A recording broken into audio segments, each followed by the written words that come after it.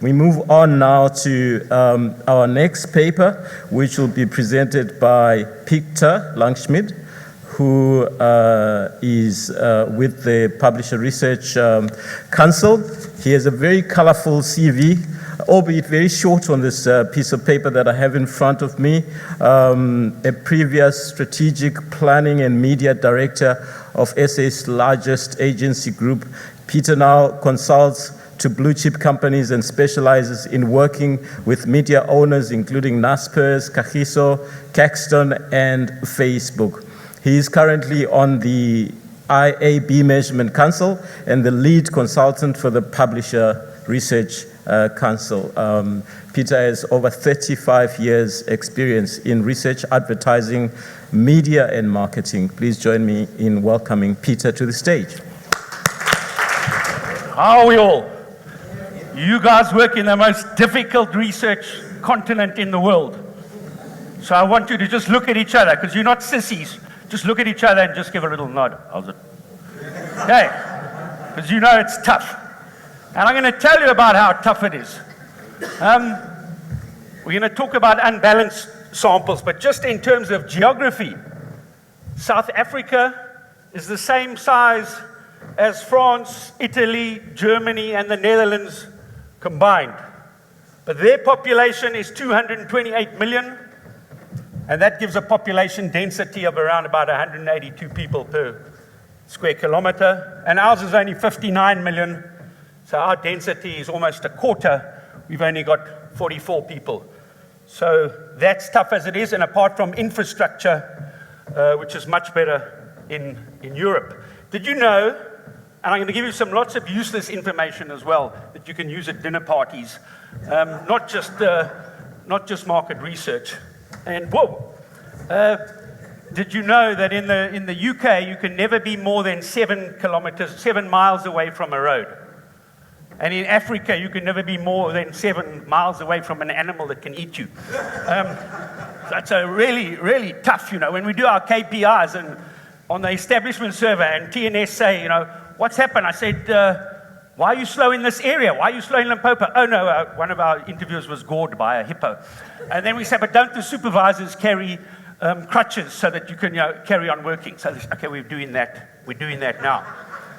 Okay, so today I'm going to talk about 5 subjects, but before we do, I think we need to just say that Pamro, being Africans, we're going to change the name of Pamro to Particularly Arduous Market Research Organization. Okay, so we're going to first of all talk about the most inequitable country and, in fact, the most inequitable continent. We can then talk about how face-to-face underreads certain sectors. We're going to show how we're the first media survey in South Africa to introduce income weighting, which is crucial.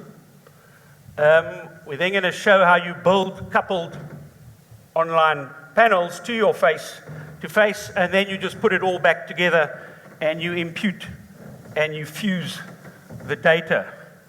So first of all, starting off with the most inequitable continent.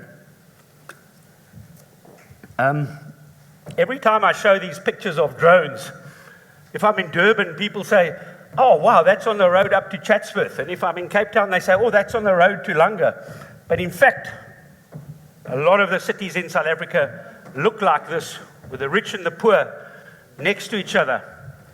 And unfortunately, we've got a long history of 300 years of colonialism and 70 years of apartheid and 10 years of state capture, which means nothing has changed for the lives of the bottom 40% of our brothers and sisters. And in fact, they may have got democratic freedom in 1994, but they are still fighting for economic freedom. And in fact, there's a party called the Economic Freedom Fighters. And as a strategy, it's the most perfect name. And it's led by the best politician in South Africa. I'm going to tell you a bit more about them later on. So in terms of being inequitable, And I'm not going to spend time on the Gini coefficient. South Africa are the world champions at being inequitable. But let's rather look at another ratio that's more interesting. This is called the Pamro ratio. And what the demographers saw is they said 50% of society, the middle of the bell-shaped curve, is normally the same. What you need to do, if you want to look at countries that are inequitable, look at the top 10% and compare their share of wealth to the bottom 40%. Okay, so that's what the Pamro ratio is doing. The money of the top 10 compared to the money of the bottom 40. And once again, South Africa are the world champion, and the top 10% have 7 times more money than the bottom. And unfortunately, 4 of the top 5 countries are in Africa in terms of being inequitable, and 6 of the top 10 are in Africa. We get Zambia and Lesotho, and the South American countries coming, Colombia, Brazil and Paraguay. And yeah, when you look at the top 30 countries in terms of being inequitable, it's amazing that 29 of them are either in Africa or South America. And yeah, Malaysia just slips in there. So, and then I also looked at Haiti. I don't know if anyone remembers, but Haiti were the first country to get freedom from their colonial masters in 1804. When you look at the history of that, unfortunately, instead of all the farmers just getting their little piece of land for subsistence farming, the elitists started setting up plantations and dominating the peasants. They even took away some education. So it was actually like apartheid, as it was. So when you look at that, you say that the apartheid's the most evil system ever seen, and even in the neighbors of South Africa, that used to be the Bechuanaland Protectorate and Southwest Africa. So for those 70 million people, the hangover of colonialism is still there. And for the other 1.7 billion in Africa and in South America, they also struggle. So let's look at a profile of South Africa. I'm not going to take you through the SEM measurement. It's based on stuff in the house, but what I do want to take you through is how the South African population looks. So there on your left, the 10% are rich, 16% are above average. Because of our history, we haven't got 50% average, we've only got 33% average, 34%, and 40% are poor. Now, so that's the spread, but what is the income? And you see there's an exponential income curve. And this is that causes the basis of affordability for advertising goods and services, and this is what makes it a nightmare. In a lot of African countries, you saw there's inequality in a lot of the markets. And it's really difficult to work out that top end. What do you code the top end? And Claire and Lauren are here. When the surveys first came out, we used to say, what is it? Is it 60? Is it 80? We actually just guessed on 80,000 Rand as that top end. If you earn more than 60, what is the average? But that's misleading, because if you're a Nigerian, what is the average income of Aliko Dangote or the Kenyans here, Mama Kenyatta? If we took Mama and us, what would the average income be? We'd all be worth 200 million. And that's the problem. So you have to try and see what is the top end. Because remember, we're trying to find the money. We're following the money. Our samples and advertising follows money, not people. So, sorry, you will get some boring researcher slides. I managed to find on spreadsheet number 200 of the revenue, the receiver of revenue, I found this breakdown of the rich people. And you can see at the bottom there, there's a few thousand people who earn over 5 million Rand. But when you multiply that all out, you'll see that the average income, and this is a census now, this is not a sample, this is based on 359,000 people. The ES sample, it's 1,000 times bigger than the ES sample. So this is real. No one can argue with it. And the average individual income there is 113,000. So when you then do that on household income, you can safely say it's 130,000 for that top end. And look what happens now. The difference between the bottom and the top end is now accentuated, because at the bottom there, the Supergroup 1, it stays the same. It stays the same right up to Supergroup 4, goes up by 700 Rand. But look at that jump at the top end. It's gone up to 43,000 Rand. It's gone up 6,800 Rand.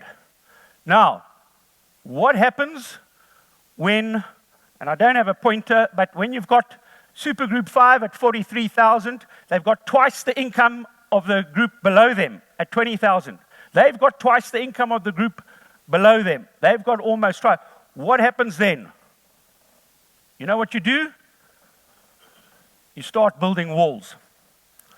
And last year, when I was driving back from a village, Jonathan Wells and I were driving back from a little village down sand roads in the Northwest Province, and we came into Joburg. I said to him, Jonathan, what is your view of Africa? And he said, the high walls. You remember that? That's what he noticed.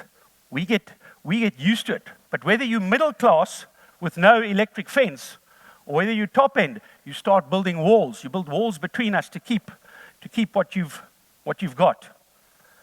And what does that do? But from a market research perspective, look at America. There's no walls whatsoever. And look at that pretty little house in Norway, where the wall is just for aesthetics for your Edelweiss, not for security. Now, I ask you with tears in my eyes, if you're a mop salesman, a Mormon, or a market researcher, where would you rather call on? Much easier at the top end. Much easier. And that's why I said it's difficult here. We have the highest substitution rate in the world. In our metropolitan areas, you see Angelique's nodding here. She's saying, yeah, it's hard. Our substitution rates are way over 60% because it's much easier to say no if you're just working through an intercom, or you can just lean out and say, oh, it's a bloody another researcher. Okay, so it's tough. But what is interesting is in the late 80s and 90s, my brother started the first research company in the townships called Soweto Research. And the short form of LSMs was only giving us about a 65% reading. So we invented a system by just looking at the house. The fence, is there a gate? Is there a paved driveway? Are there curtains? You can't use burglar bars in South Africa because it's got nothing to do with lifestyle. It's got to do with crime. So you don't use burglar bars. But was there a washing line? And if there was a round washing line, you know those round, if there was one of those round washing lines, they were another group up. But I thought, sure, but we need to start redoing that now because we've all got tablets. So at some stage, all the market researchers, I think we should take pictures of the house outside. Then we'll go and do the SEM measure, and we'll build a model to correlate it. It'll be really, really cool. We modeled this on income and another thing, but we may as well just do it with, if we put all our samples together, we could do that. It could be quite fun. And we've got other things like the DSTV aerial and a whole lot of other stuff we can put on. Okay.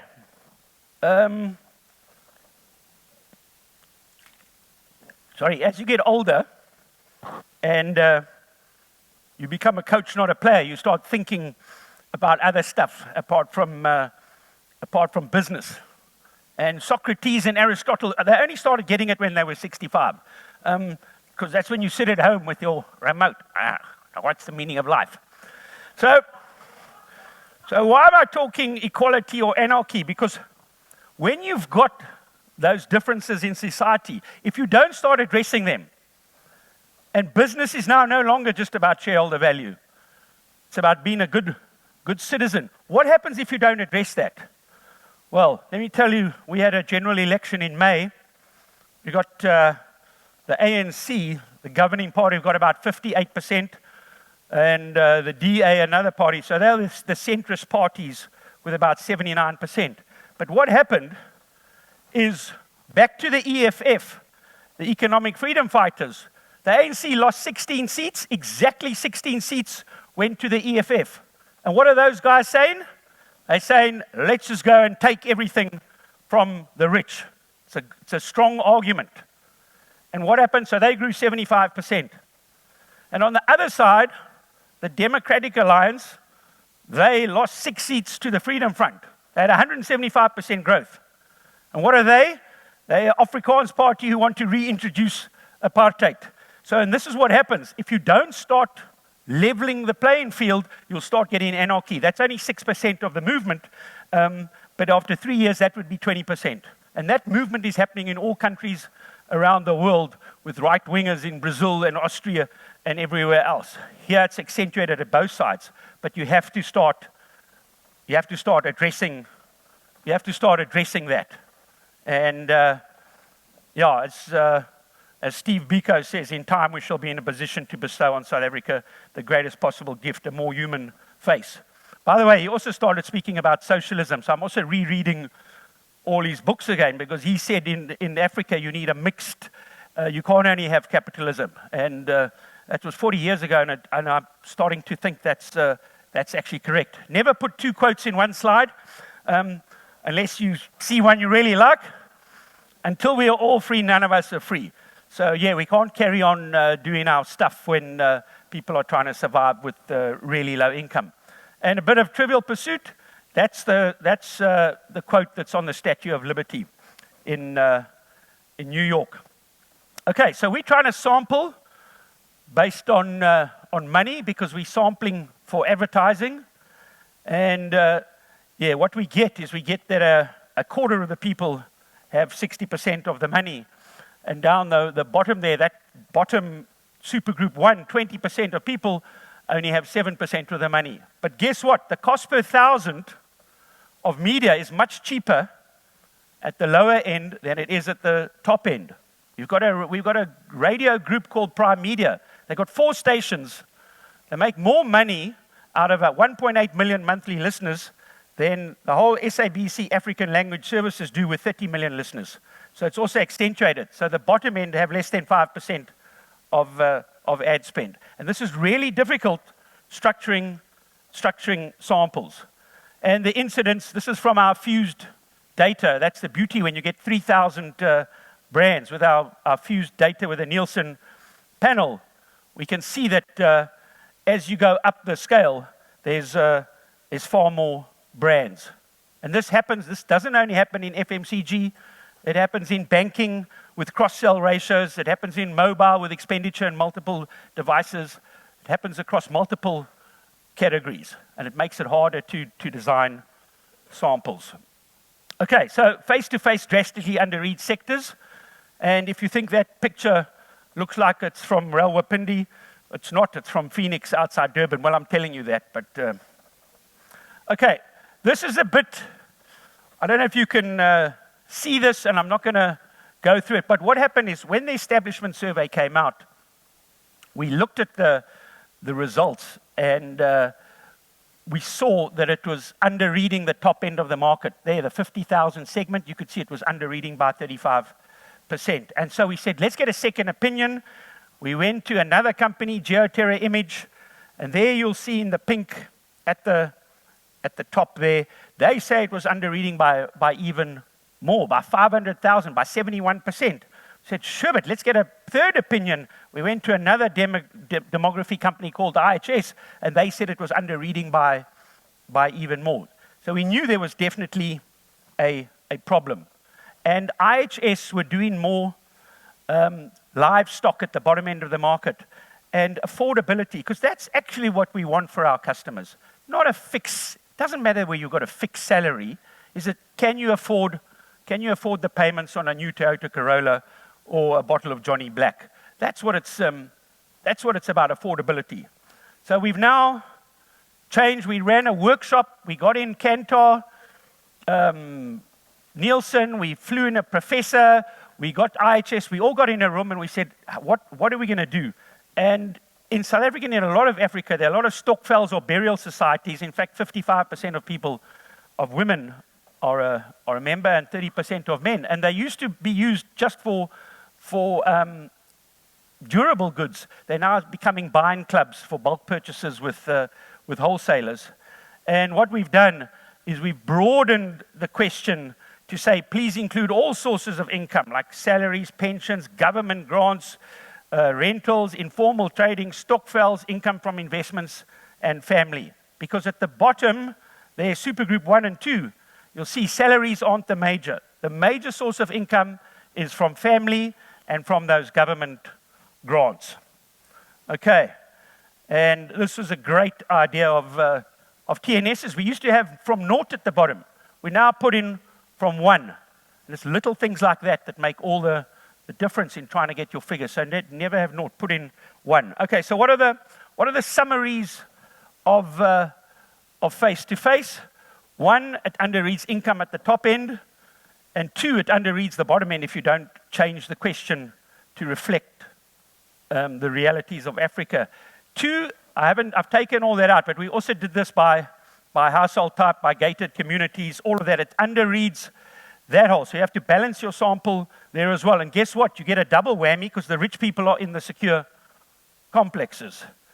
And the third one, which no market research company will ever tell you, they'll never tell you that all face-to-face research is biased towards kind people who let you into their house after a tough day at the office. The rest of us say, no, screw this. I want to put my feet up and relax. Okay, so next, we had to start looking at old ways, new ways of doing business. And that's the beauty about having multiple jigs now. We all had clean sheets of paper. So 2 years ago, we started PAMS, and we were the first company in the world, the first jig in the world to use flooded samples, and that saved us 34%. And remember, when you're on a burning platform and your market share is declining, you should all partner with us because we're poor. So we'll get the most value for money out of your research. But what I want to talk about today is the sample frame and weighting. Because once again, we took a clean sheet of paper. And on PAMS, we worked with the GIS department and the fieldwork department of Nielsen. We work with an outside professor. And it's always great to have an academic in the team. So you got the theory together with the practice.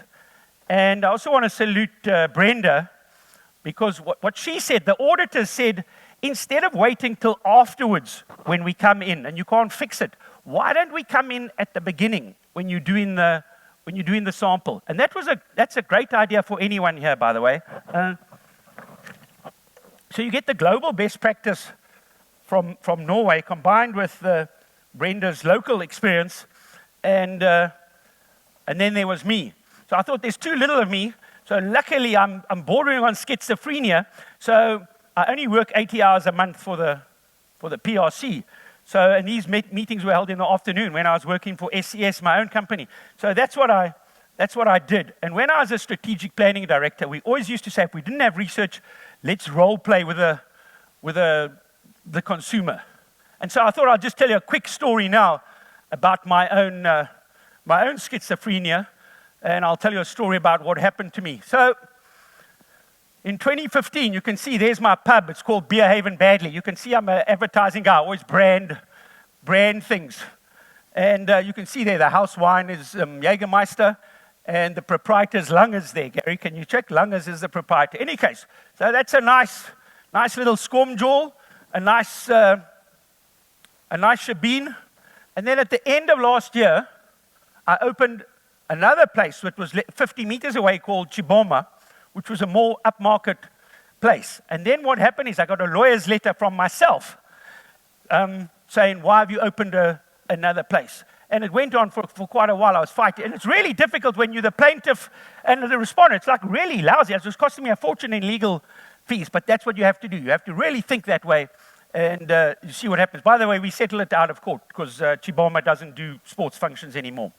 So, just to finish on the sample frame, you've got the gender, you've got the age, you've got the race. And sorry, other African nations always say, why are we so paranoid about race? Well, we just run a bad program after the journey we've come down.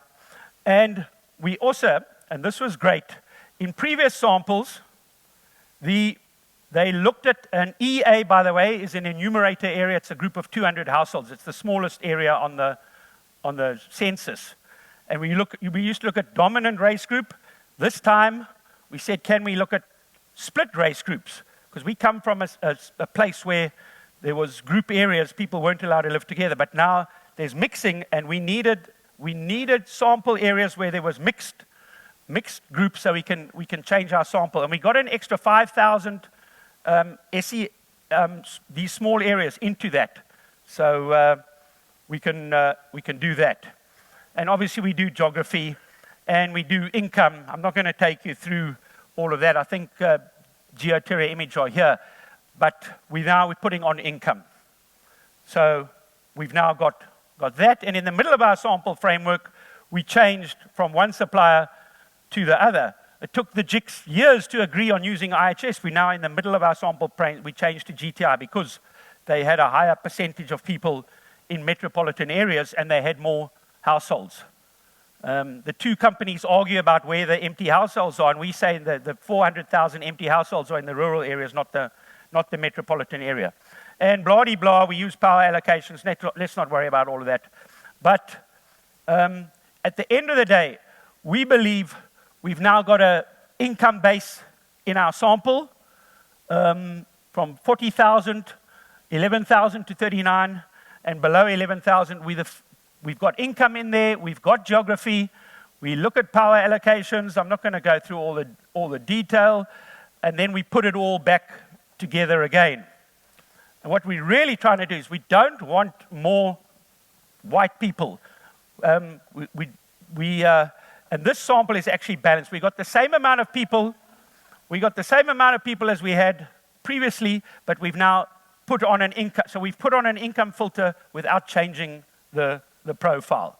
We do other things. We maximize we got an algorithm that maximizes the sample points. We have one male, one female, strict substitution rules, all the normal stuff. And we make sure there's a GPS lock. If it's not locked, the interviewer has to go outside till it's locked.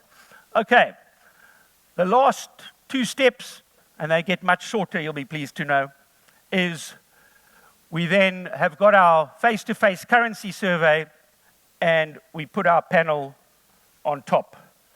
We call it panel R. Any similarity to the Rolls-Royce logo is purely intentional.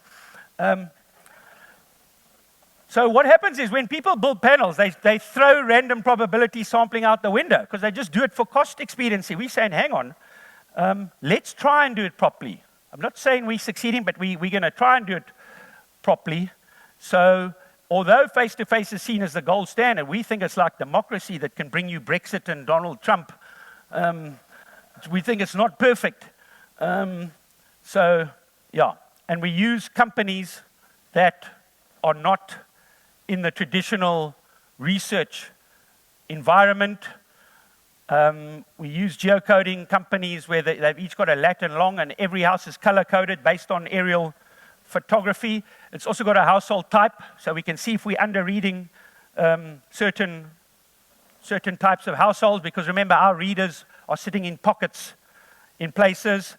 And by the way, these systems are all throughout Africa, and it's a lot harder in Lagos, where you get a mixture of households right next to each other.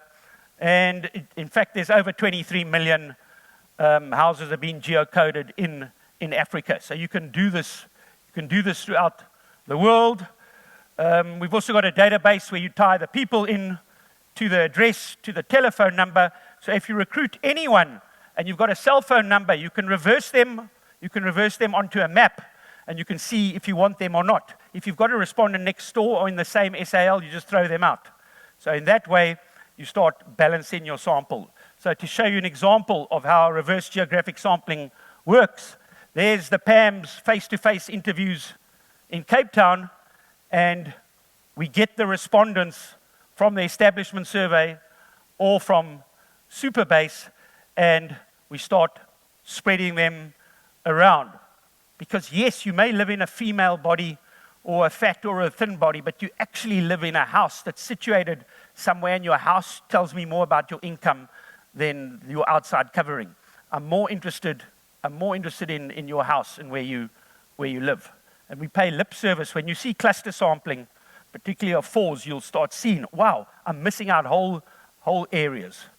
And we balance the recruitment to ensure that the mobile prospect panels are far away. And and then the last step is to impute and fuse. On your mobile studies, you can't ask all the brand information. So you have to impute that from the face-to-face. We do the same with our flooded respondents, because we don't have time. But if you're not a fan of fusion, I just want to give you a quick example of fusion that we did last year. We did it in 2 months.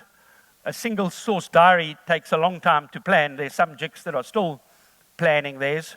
There's an ongoing panel of 4,000 people on the Nielsen panel versus a diary leave behind. So somebody phoned me from the AMF and they said, I can't wait for the survey to come next year when there's a sample of 25. I said, are you mad?